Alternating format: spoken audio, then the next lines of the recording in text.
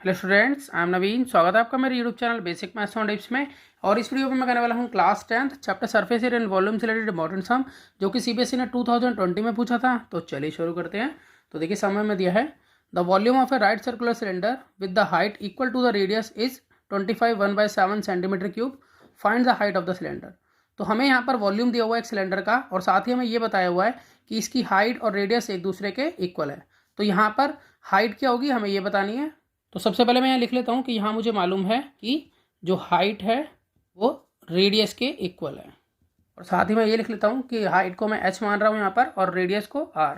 अब देखिए मैं यहाँ पर लिख लेता हूँ कि मुझे यहाँ पर वॉल्यूम मालूम है, तो मैं यहाँ लिखूँगा volume of right circular cylinder ये है 25 1/7 सेंटीमीटर क्यूब। अब देखिए volume of right circular cylinder होता है πr²h। तो यहाँ पर ये जो मिक्स फॉर्म है इसको हम इम्प्रॉपर फॉर्म में चेंज करेंगे। तो यहाँ 25 को 7 से मल्टीप्लाई करूँगा तो आएगा 175, और 175 को 1 से प्लस करूँगा तो आएगा 176। तो मैं ऊपर लिखूँगा 176/7 सेंटीमीटर क्यूब। देखिए यहाँ पर r और h एक दूसरे के इक्वल है, तो इसलिए मैं यहाँ पर लिख सकता हूँ पाई। अब यहाँ पर r² जो है इसको मैं h लिख लेता हूँ, क्योंकि r और h एक दूसरे के इक्वल है। तो ये r² जो है वो h² में कन्वर्ट हो जाएगा, और आगे हमारे पास एक और h पड़ा हुआ है इक्वल टू है ये 176/7 के इक्वल। तो h² को h से मल्टीप्लाई करेंगे तो आएगा h³। ऐसा इसलिए आएगा, देखिए जब हम h की पावर 2 को h की पावर 1 से मल्टीप्लाई करेंगे तो यहाँ पर पावर जो है वो ऐड हो जाएंगी।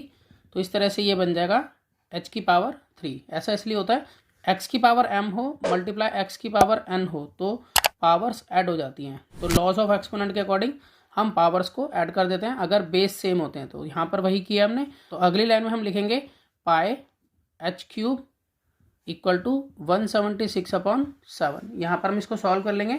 तो देखिए पाई की वैल्यू होती है 22/7 मल्टीप्लाई h³ इक्वल टू 176/7। तो ये इधर शिफ्ट करेंगे हम राइट हैंड साइड में, तो यहाँ रहेगा h³ equal to 176/7 divide by 22/7।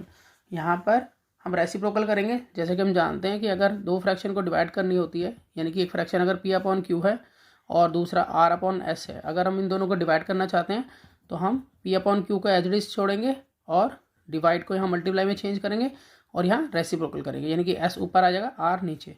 तो सेम यही प्रोसीजर हम यहाँ करेंगे। तो यहाँ पर रहेगा 176/7 डिवाइड का मल्टीप्लाई हो जाएगा और ये रेसिप्रोकल हो जाएगा, ऊपर 7 नीचे 22। तो यहाँ 7 से 7 ये कैंसिल हो जाता है, यहाँ h³ लिखेंगे और ये देखिए 11 से जाएगा, यहाँ 11 1 जा 11 और फिर 11 6 जा 66, यहाँ 11 2 जा 22।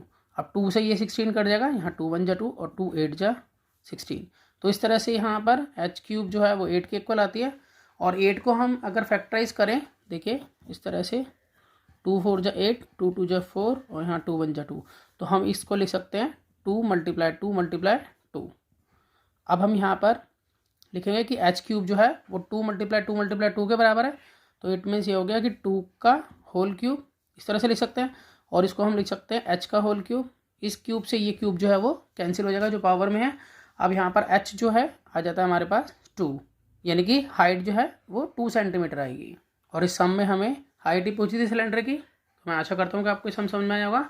इसी तरह के बहुत से सम्स क्लास 10th के लिए पहले से अपलोड हैं, आप उन्हें देख सकते हैं। तो मिलते हैं नेक्स्ट वीडियो में और नए सम के साथ। तब तक के लिए गुड बाय।